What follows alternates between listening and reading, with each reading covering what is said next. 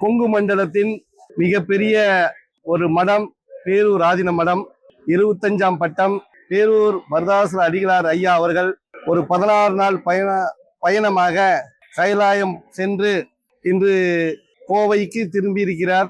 ஒரு மத நல்லிணக்கத்திற்காக பாடுபடக்கூடியவர். பேரூர் ஆதீன மடம் என்பது 1000 வருஷத்திற்கு ஒரு முன்னோடியாக திகழக்கூடிய மடம். அதிலிருந்து பேரூர் ஆதீனம் அவர்கள் எல்லா மக்களுக்கும் அமைதியும் வளமும் வேண்டி நலமும் வேண்டிக் கொண்டு இன்று கோவை வந்திருக்கிறார். நாங்கள் எல்லாம் அனைத்து மக்களும் வரவேற்றோம்.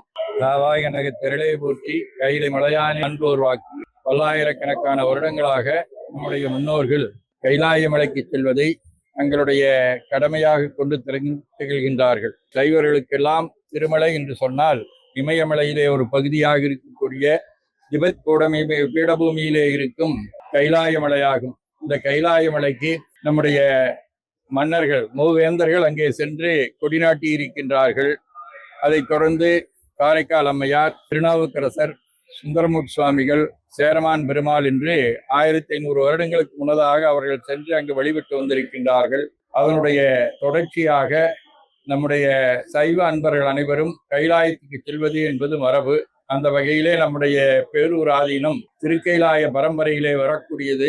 ஆகவே 24வது குருமகா சன்னிதானங்கள் சாந்தலிங்க ராமசாமிடிகளார் அவர்கள் 1980 இங்கே இருந்து கைலைக்கு சென்று வந்தார்கள். அதைத் தொடர்ந்து நம்முடைய திரைப்படத்தின் மூலமாக இப்பொழுது 5வது முறையாக கைலைக்கு நம்முடைய அன்பர்களோடு அடியார்களோடு சென்று வரக்கூடிய ஒரு சிறப்பு ஏற்பட்டிருக்கின்றது.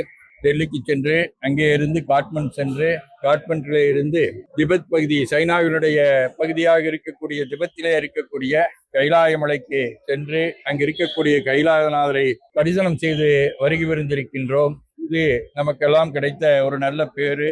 இந்த நல்ல நிகழ்விலே நம்முடைய பல்சமய நல்லுறவு இயக்கத்தினுடைய நண்பர்கள் அனைவரும் நமக்கு கலந்து இங்கே சிறப்பித்துக் கொண்டிருக்கின்றார்கள். நம்முடைய மகிழ்ச்சி ரபி அவர்கள் சிறப்பான முறையில் அதற்குண்டான ஏற்பாடுகளை செய்திருக்கிறார்கள். நம்முடைய பேரூர் ஆதீனத்தை துறவியர் பெருமக்கள், அடியார் பெருமக்கள் அனைவரும் இதிலே வந்து கலந்து சிறப்பித்திருப்பது மிகவும் பாராட்டுதற்குரியது.